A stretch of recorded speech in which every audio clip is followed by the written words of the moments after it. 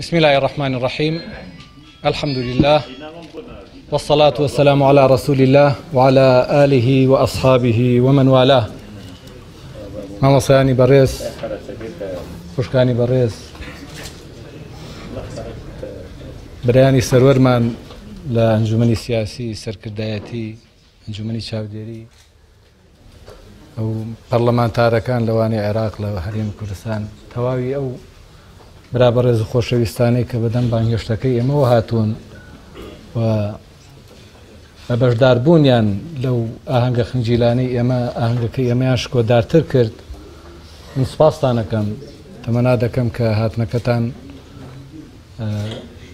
هەم پشتگیری بێ بۆ ئێمە، هەم پاڵنەرێک بێ بۆ ئەوەی کە لە ئایندا کاری باشتر و چاکتر بکەین، چی ئێمە چی هاوکارەکانمان. سەرەتا سوپاسی خوای گەورە دەکەم کە تەوفیقی داین بتوانین لە ساتەوەختێکی زۆر هەستیار و چارەنووسسازە ئێمە کەناڵی ئاسمانی پەیام دابمەزرێنین کە ئەو کاتە کەناڵی ئاسمانی پەیام دامەزرێنرا لەلایەنی کۆمەڵی ئیسلامیەوە، وەکو برای بەڕێزم کاک محەممەد باسی کرد. زۆربەی خەڵک قەنەعاتی وابوو کەناڵی پەیام کۆمەڵی ئیسلامی بتوانێت کەناڵێکی ئاسمانی پەیام دابمەزرێنێ و ئیدارەی بدا و بیبا بڕێوە، و نە قەنەعاتیشیان وابوو بتوانێت کەناڵێک دابمەزرێنێ کە تەمەنی هەبێ و بتوانێت درێژە بە کارەکانی بدا لە ماوەی چەند ساڵێکە. بەڵام دیارە ئەوە بە پشتگیری و پشتیوانیەکانی خوای گەورە بووە بۆ ئێمە کە بەردەوام لەژێر سایەی ڕەحمەت و بەرەکەتی ئەودا ئێمە توانیمانە بەردەوام بین، و پاشان پشتگیری و پشتیوانیەکانی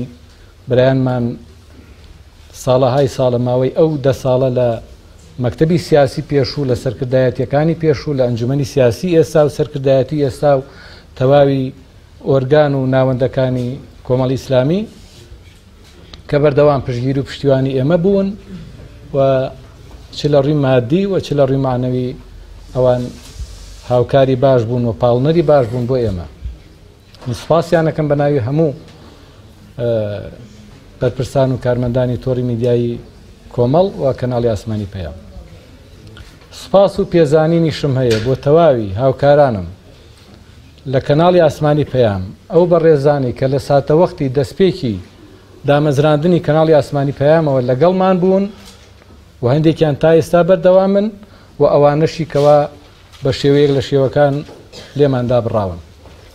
گرنگەوەیە ئەوانەی کە لەگەڵمان بوون و تا ئێستا هەن، و زۆربەی هەرە زۆری ئەوانەی کە لەگەڵمان بوون و دابڕاون بە هەرهۆکارێک هێشتا لایەزال کەناڵی ئاسمانی پەیام بە ماڵی خۆیان دەزانن، و سۆز و مەحەبەت و خۆشەویستیان بۆی هەیە، و دوعای سەرکەوتنی بۆ دەخوازن و پشتگیر و پشتیوانیشانن. دیارە لە ماوەی ئەو چەند ساڵی کارکردنی کەناڵی ئاسمانی پەیامە بەدەر نابێت لە خەڵقانێک هاتبن تێی و نمەک بە حەرام بن و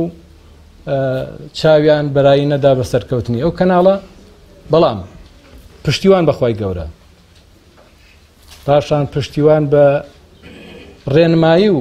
پشتگیریەکانی ئەنجومەنی سیاسی و سەرکردایەتی و هەوڵ و هیمەت و شەونخوونی و دڵسۆزانەی تەواوی ئەو هاوکارانم لە کەناڵی ئاسمانی پەیام و تۆڕی میدیایی کۆمەڵ، کەناڵی ئاسمانی پەیام شکۆدار دەبێ، بەردەوام دەبێ،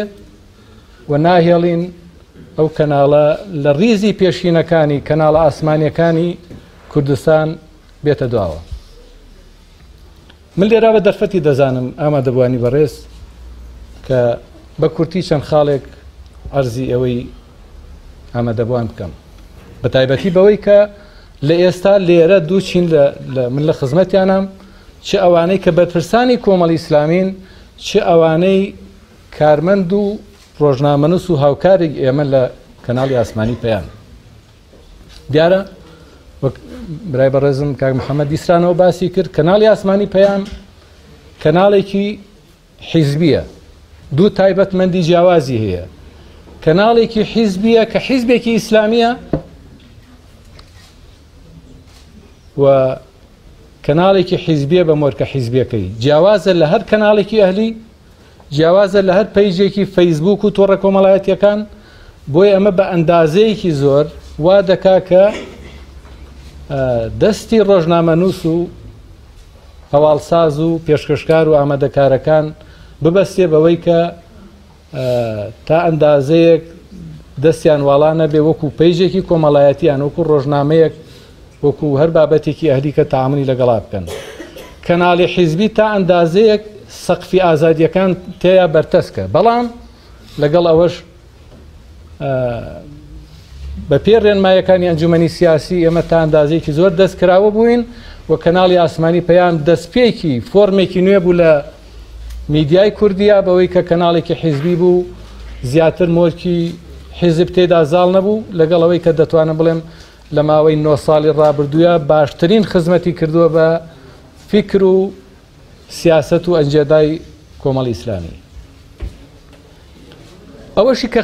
ضرورە بۆ برایانن لە ئەنجومەنی سیاسی و سەرکردایەتی باسی بکەم ئەوەیە کە زۆر جارێ بینەر ئاگایان لە ڕێنمایەکانی ئەوان نییە. کۆمەڵێ پێشنیار و بڕیار بۆ ئێمە دێن، ئێمە بە پێی ئەوەی کە کەناڵی ئاسمانی پەیام کەناڵێکی حیزبیە دەبێ ئێمە پابند بین بە پێ ڕێنمایەکانی ئەوانەوە. بەڵام کاتێک کە بینەر ڕەخنە دەگرێت لە ئەدای کاری کەناڵی ئاسمانی پەیام، کارمەندان و بەرپرسانی کەناڵەکەی لەسەر ئاگادارەکە. ئەوەی لە ماوەی شەو ڕۆژی ڕابردووە من هەروەکو نمونە بەیانی کەم و باسی کەم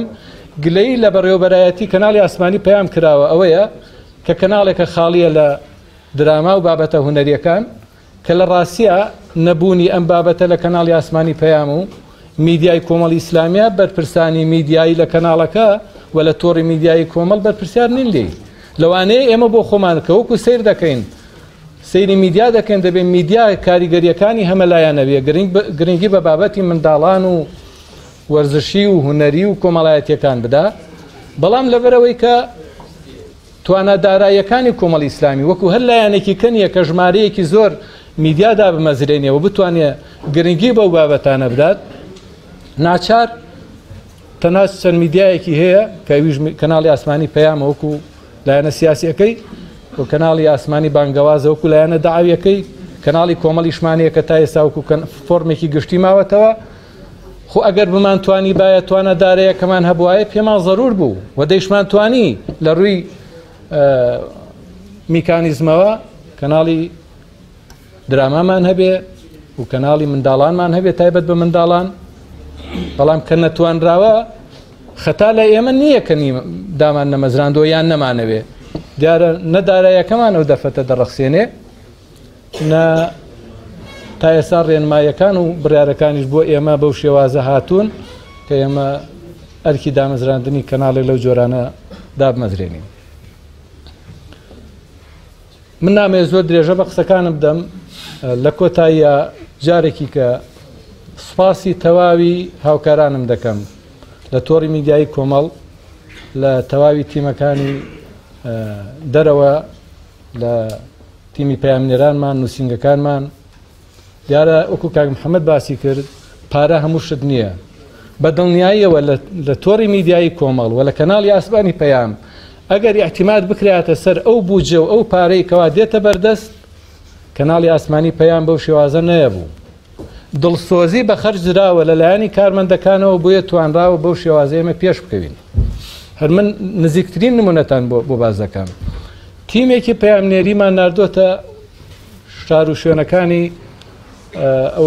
ئێران کە ڕۆژهەڵاتی کوردستان کە بوومەلەرزە لێداون، تیمێکی 3 کەسی ماوەی 6 ڕۆژ لەوێ بوون. ئەگەر لە هەرکوێ بڵێم خەرجیەکانی ئەو 6 ڕۆژەی ئەو تیمەمان ئەوەندە بووە هیچ کەسێ باوەڕ ناکا و ئەوە تەنها دڵسۆزیە لە کەناڵی ئاسمانی پەیامە کارمەندەکانی بە خەرجی دەدەن دەتوانێت بە خەرجیەکی بەو شێوازە کۆمەڵێکی زۆر بەرنامە و هەواڵ و ریپۆرتاژ ئامادە بکە بە مەبلەغێکی زۆر کەم. ئەو بەڕێزانەی ئێمە کە تەواوی تیمەکانمان ئێمە بەو شێوازن، نمونەکار تەنها وەک نمونە باسی دەکەم، ماوەی 6 ڕۆژ کاریان کردووە تەنها $180 خەرج کردووە. بە $180 دەتوانم بڵێم بەش یەکمان کاریان هێناوەتەوە کە بە شاشەی کەناڵی ئاسمانی پەیامەوە دیارە. و من لێرەشەوە پەیمان و بەڵێن دەدەم بە ناوی خۆم و هاوکارانەوە، بێگومان چ هەڕەشە و گوڕەشەکان، چ نەبوونی و نەداری، چ هەر بربەستێکە لە بەردەستمانە دێتە بەردەممان چ کەمی و کەسری ئەجیزە و پێداویستەکانمان ڕێگر نابێت لە پێشکەوتنەکانمان خوای گەورە پشتیوان بێ و بە هەوڵ و هیمەتی هەموو لایەک پەیام ڕازاوەتر دەکەین جوانتری دەکەین ناهێڵین ئەو پێشەنگی کەوا کەناڵی ئاسمانی پەیامی تایە لە ناو کەناڵە حیزبیەکانە من دەیڵێمەوە کەناڵی ئاسمانی پەیام پێشەنگی کەناڵە حیزبیەکانە چونکە ئەوە تەنا پەیامە دەتوانێت وەکو کەناڵێکی حیزبی لە ڕیزی پێشەوەی کەناڵەکان بێ و ڕکابەری کەناڵە بەناو ئەهلیەکان بکە کە ڕێژەیەکی زۆر داراییان لە بەردەسایە ژمارەیەکی زۆر کارمەند و ڕۆژنامەنووسیان هەیە لە تەواوی جیهانان نووسینگەیان هەیە بەڵام کەناڵی ئاسمانی پەیام بە هەوڵی دڵسۆزانەی هەموو کارمەندان و ئەوانەی کە پشتیوانیان لێ کردو توانیوێتی ڕکابەری ئەو کەناڵانە بکە شکۆدار بێ یادی دامەزراندنی کەناڵی ئاسمانی پەیام خوای گەورە هەموو لایەک مۆفەق و بەرز و سەرکەوتوو بکە و ڕێنمایی ئەمەش بکە بۆی کە بتوانین کاری باشتر و سەرکەوتوانەتر ئەنجام بدەین جاری کە سوپاس بۆ هەموو ئەو بەڕێزانی کەوا بەدەم بانگەشتەکەمانەوە هاتن و ڕێزیان لە داواکەی ئێمە و لە ساڵیادی کەناڵی ئاسمانی پەیام گرت خوای گەورە موفقتان بکە سەربەرز و سەرکەوتوتان بکە وآخر دعوانا أن الحمد لله رب العالمين والسلام عليكم ورحمة الله وبركاته.